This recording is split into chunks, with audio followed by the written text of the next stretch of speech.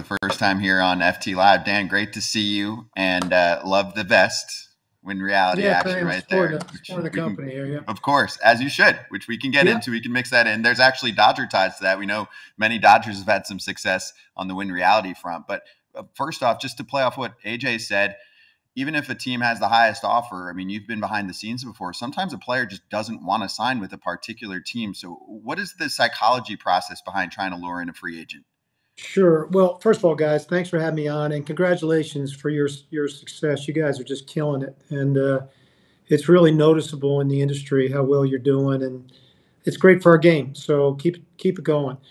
Honestly, I don't think it takes too long into the negotiations to really understand whether you have a shot or not at a particular free agent. And I also think it goes a lot into the representative that he has. Like in Joel Wolf's case, I've done a lot of deals with Joel. That's Yamamoto's agent. Joel never really was a guy focused on really just the last dollars, always what the best fit was for his client, both on and off the field, and where he thought he'd be the happiest. So all of those factors go into when you're talking to a free agent. Honestly, it doesn't take very long into a negotiation to really understand if you have a legitimate shot or whether you're just going to be used as a stalking horse to get the kind of dollars he wants to from another organization. So, I don't know this particular free agent, but again, and I know Joel well, and I know that he doesn't necessarily recommend to his client anyway. Client can always do what they want to do, to take the last dollar that's on the table. These negotiations, I'm always intrigued by these monster contracts. Do you think there was a higher number than 700 put in there, or do you think it was a situation? Is it a situation where the agent says, we want at least this much because these guys gave us this much? Or I always feel like it's like, okay, we want 710, we'll give you 690, let's settle in the middle. Tell us how does that process work? Kratzy, I think it's different in every situation. There might have been more hard dollars on the table. We'll have to see what Shohei's contract looks like after we actually examine the deferrals and what the net present value of the dollars are today. There might have been some offers that weren't loaded with the deferrals the Dodger had. But, I really admire the player. He's getting $700 million. He may just not get it right away. But he really understands that it's difficult to build a winning team when too much of your aggregate payroll goes to too few of players because, it is a team sport. And in our case, you need depth of almost 40 anymore to win during the course of the season. In most negotiations, Kratzy, I think it is, depending upon, again, the representative. There's certain guys in the game that start ridiculously high with their client. That they're just in a fishing expedition, and you're just going to play that out and along. I think it's really important. Like what's fascinating to me and listening to you guys talk a little bit in your earlier shows is that, I don't see a redirect of Ohtani's money going to all these other free agents. Like I think Yamamoto is in a different category. But I think the rest of the free agents are going to be valued based upon the club's valuation and what they're worth to their individual teams. I just think because you've earmarked X dollars for that particular player doesn't mean you're going to turn around with that exact same money and give it to another player. I think each valuation is going to be done independently on each player. So Dan, the Blue Jays, if you're the GM, if you're Ross Atkins right now, are you just feeling used? Because you mentioned it. You get a pretty good feeling whether they're using you or not. They flew him into Dunedin. He came and made a tour. Whatever he did down there, I don't know what they talked about. No one knows except for them. But do they feel used right now? Do they feel like they were the pawn that Shohei used to get him this money from the Dodgers?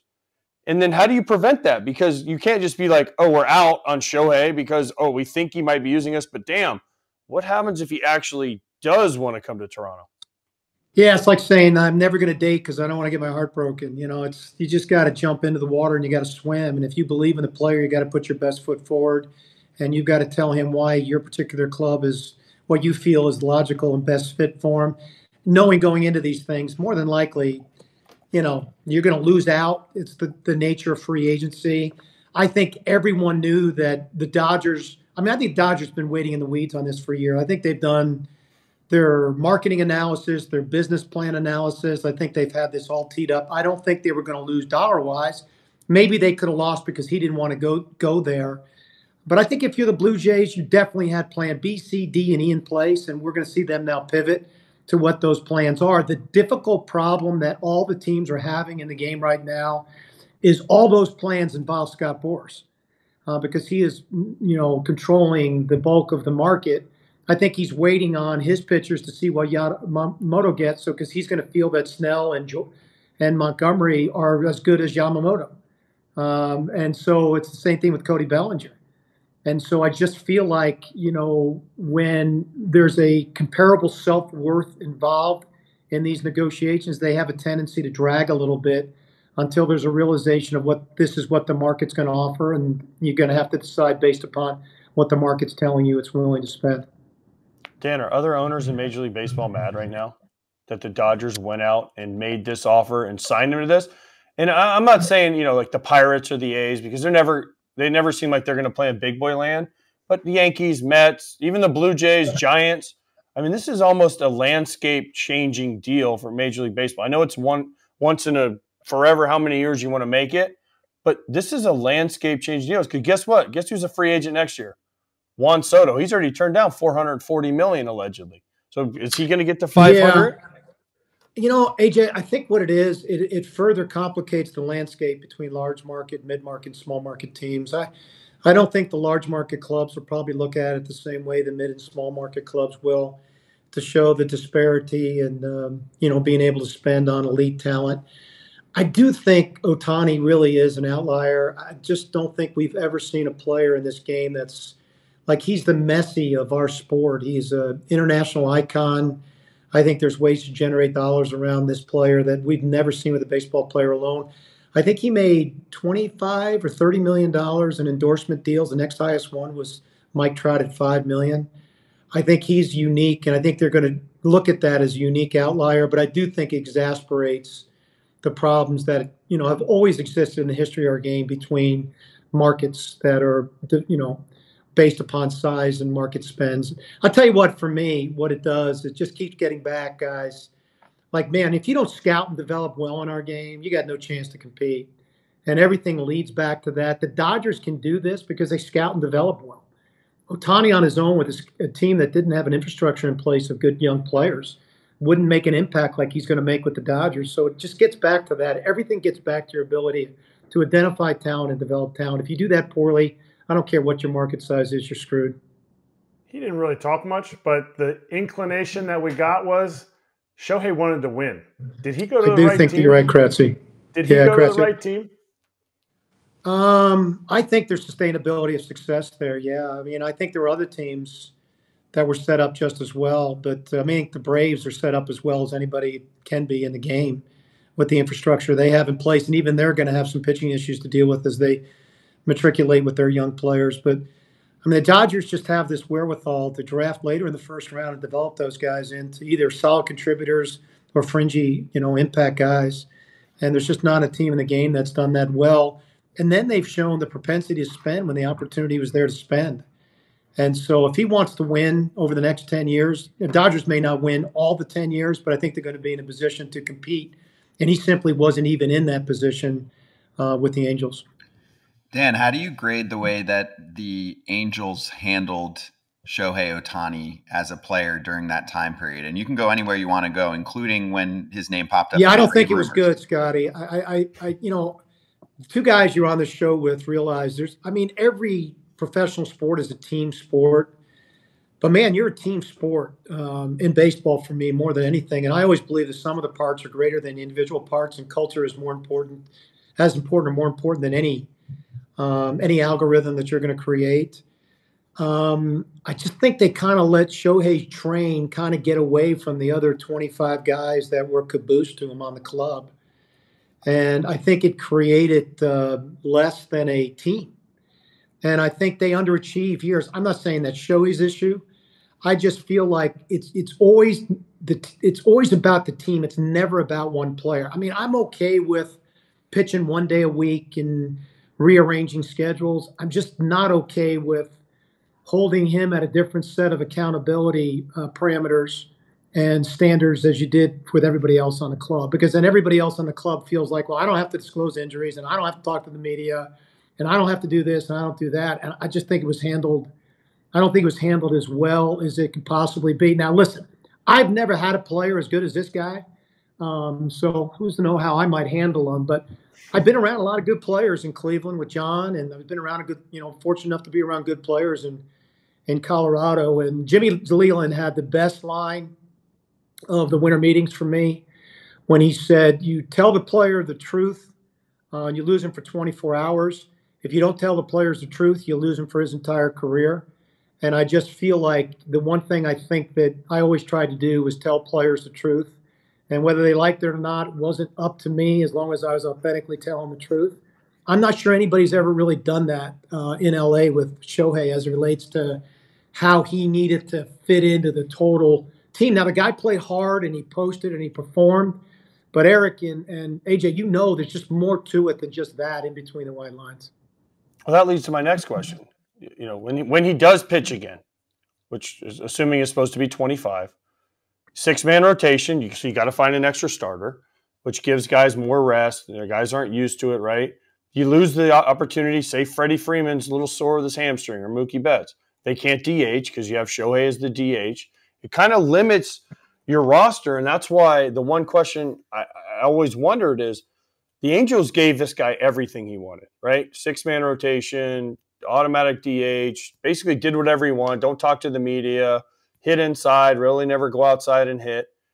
You're going to LA on the biggest contract in the history of professional sports. Some of that is going to have to change, is it not? I hope so, AJ, and I hope they address that all up front. I think it's problematic when you address things after the fact.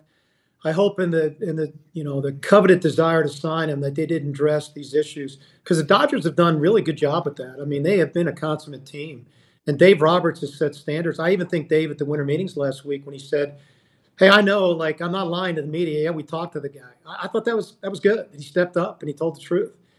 And so I hope they had all these conversations up front, because it's going to be problematic to ask Freddie Freeman and Mookie Betts to do something you're not asking Shohei to do. That's just not going to work. And the other supporting cast around that's going to see that. And I think they'll lose a little bit of the fabric that makes them so special. So my belief is they probably address that up front. But again, I wasn't part of those discussions. But I hope they did, AJ, because I do think it's a problem. If in the long run, I do think it's a problem. What if he doesn't pitch? This is an AJ question. What if he doesn't pitch? Because he's really good at hitting. He's really good at pitching, but he hasn't really broke from hitting. He's broken from pitching. What if is there a possibility there could be a caveat in his contract? Like, hey, you don't pitch, this could happen. I've never seen anything like that. Again, I'm not a big WAR guy as I do analysis, but look at it this way. If Fangraphs had this guy at a 6.6 WAR, personally for me, had an 180 OPS plus last year, I think he's just starting to come into his prime as a hitter. I have no reason to believe in my evaluation, viewpoint anyway, right or wrong, is that this guy wouldn't be an elite defensive right fielder. He's got plus sprint speed, top 25% of the game. His arm strength was plus before the surgery. I have no reason to believe from right field it wouldn't be plus. I mean, I think we're looking at an 8 to 9 WAR player. And if you just want to just do the pure math and just do the way that all the guys in front office evaluate contract, you're still looking at, $8.5 to $9 million a year is the value of one WAR. Even at 70 million discounted down, I think it's going to end up where around 50, 55. They're still getting a return on their investment, not even contemplating how much he may return to them from a brand standpoint. So I don't think it's the end of the world if he doesn't pitch again. I actually think it would make him a better hitter and better all-around player. But I realize that's not going to happen. He's going to try to do everything he can pitch again. But if it didn't, to me, I still feel like you're looking at one of the more elite offensive players we've seen in a long time in our game. That's the best answer I've heard. I know that's the question I ask everybody. So thank you, Dan. That's honestly one of the best answers, because I've said all along, what happens if this dude gets signed just 10-year deal and 1 year in? He's like, I've had 2 elbow surgeries. I don't want to do this anymore. I'm just going to hit. So thank you for making it to where it's understandable. Now, as a former GM, there's some free agents out there, because we've obviously beaten the Shohei train forever, right? We've been riding it since he signed and before he signed. But Cody Bellinger, right, had 2 bad years, had a really good year this year. Matt Chapman with the Blue Jays, he had a great April, and then after that, I mean, he went right. How do you evaluate those guys as a GM and free agent? Sure. Do you say, man, we're going to have Bellinger of 23, and we're going to have Matt Chapman of April, or do you have to look at the whole picture and say, oh, man, this might drive their value down? I do think you do all that, AJ. I think there's common characteristics that you like or don't like in every player. I think that gets back to your ability to understand what you like about players. I loved your ability to bring the bat to the ball, so I valued that as a catcher over power. I love the energy level you brought behind the plate. In Kratzy's case, I loved how he was emotionally connected to his catchers, things that I valued a lot in a catcher. So when you look at each player, I think it gets back to the common characteristics that you believe in. In Bellinger's case, for me, I think the injury that he had was the hardest injury for a position player to come back from in the game. I've had multiple players go through a subluxed shoulder separation, and it changes movement patterns from an offensive standpoint. As simple as that may sound, when your shoulder gets tightened up like that, all of a sudden, some of your movement patterns that you did just don't feel natural again, and you begin to have trouble finding your slot. And I think you then panic a little bit. I think that's what happened with him. I also feel like there was some maturity issues, like a lot of young players have had, that I think, he has now settled down a little bit. And I like the fact that you make the adjustments. Like we talk about his exit velocity, but for me, when you look at his plus counts, exit velocity, if you just want to focus on that term, I look at more like how's the ball come off his bat. It was exceptional. I think league average was 89. I think he sat at 92. Just in plus counts, any plus count. In down counts, it was well below average.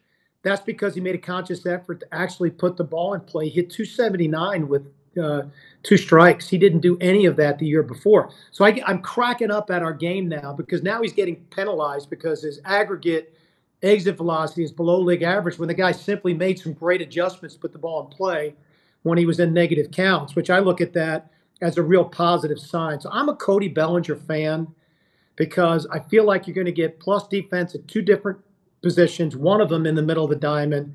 He's a plus base runner. That now has shown me the ability to make adjustments coming back from a catastrophic injury. Saying all that, there's just no way I'm paying him like 10, 12-year deals that are out there. I'm still, more in that. He's 28 years old. I love to sign him to a 7-year deal.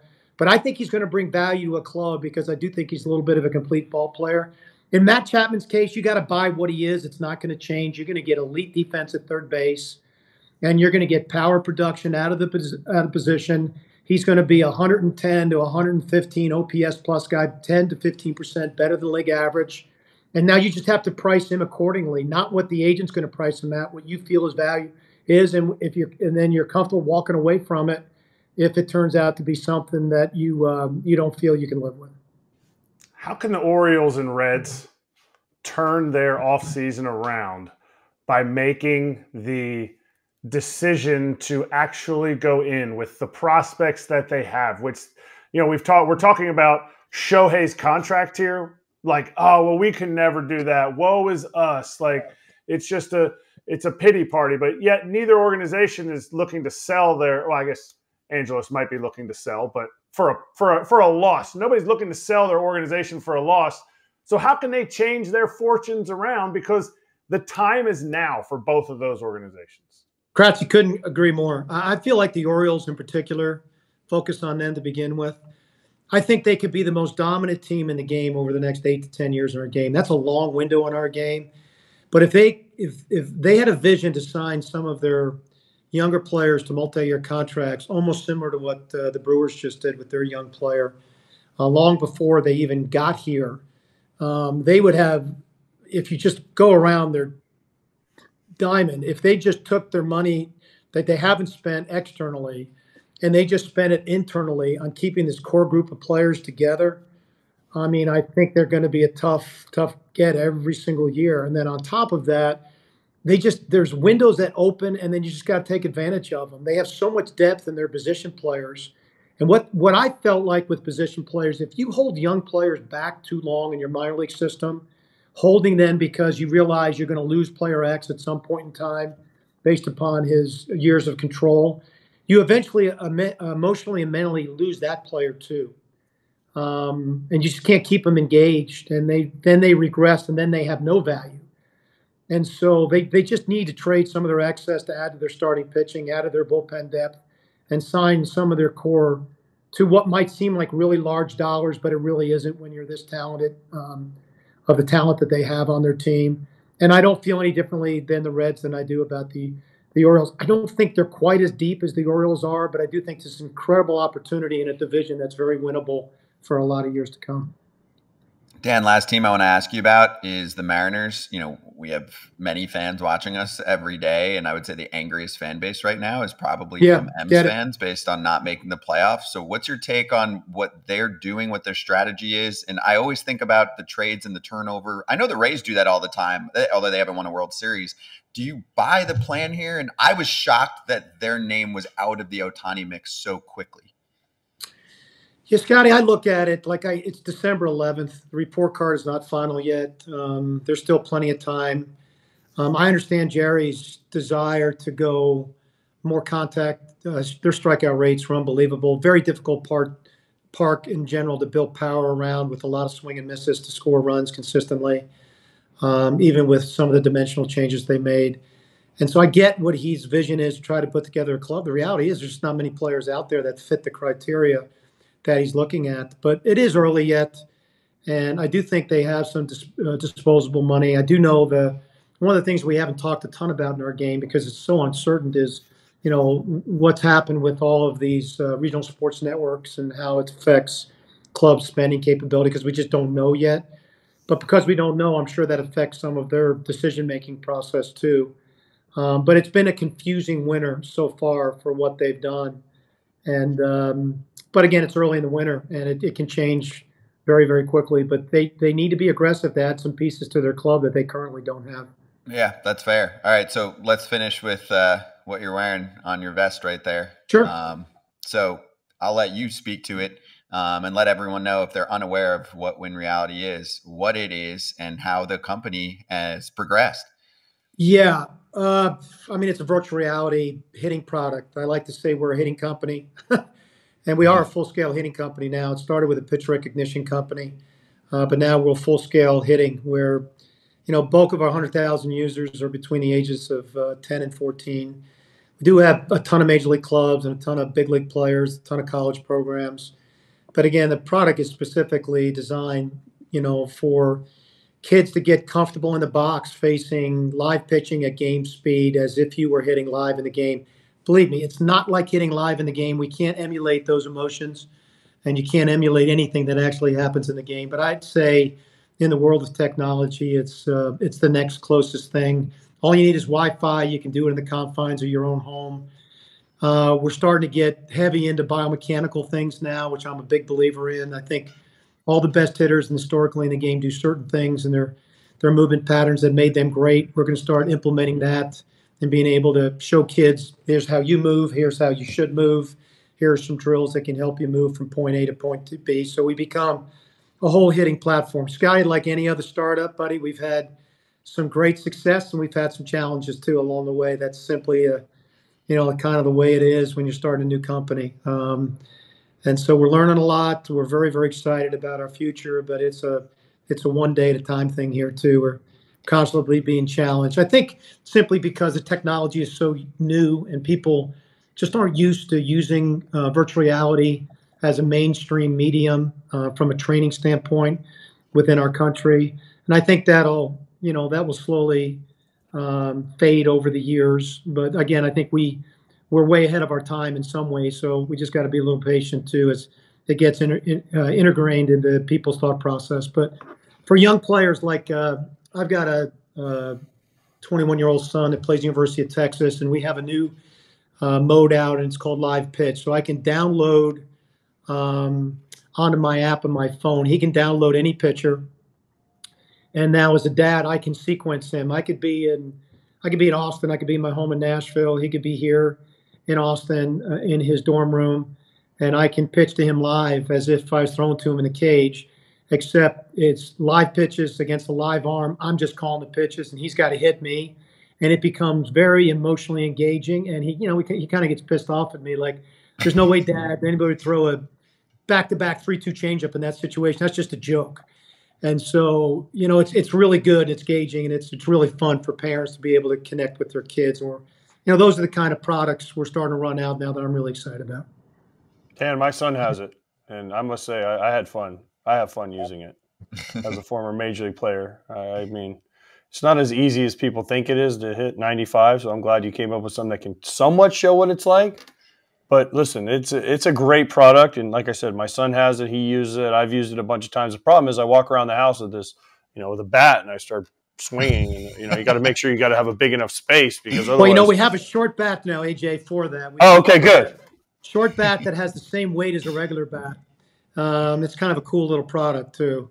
So you get to feel the weight of the bat in your hands. So because we did have some complaints that people were knocking over some lights, and the moms weren't real happy about some of the damage that we were doing in their houses. But I appreciate you saying that. I mean, it's not a perfect product. There's no technology out there that actually is. And it probably will never be a perfect product. But I'm just really proud of the fact there's so much junk going on out there in our world about hitting. And we just want to start changing the dialogue about the things that are important at hitting and start getting kids to focus on, you know, the understanding of how to be a good hitter and just doing things from a simplistic standpoint. And because it's just some really bad stuff going on in our industry right now about what's being taught to kids about hitting. Yeah, it's a really candid, great way to put it. And Dan, as you probably know, AJ, you know, likes to cause some trouble here and there. So he's got plenty of room. He's got space. I'm sure in his mansion of a home in Orlando, he's got plenty of room there. He's good. He's in good shape. Dan, awesome to catch up with you. We appreciate it. Yeah, guys. Yeah, I'm so happy for you guys, man. You're killing it, and you're really doing something really good for our game. So keep it going. Thank you. Yeah, and the offseason coverage has been cool. I'm telling you. I mean, obviously, there's a lot to cover in our game. There's not a 48-hour signing window, so it's made it fun for us every day. But we appreciate this. Yeah, really thanks for fun having me on, guys. Really appreciate having me on. Okay. Thank you, Dan. Have a good one. Talk soon.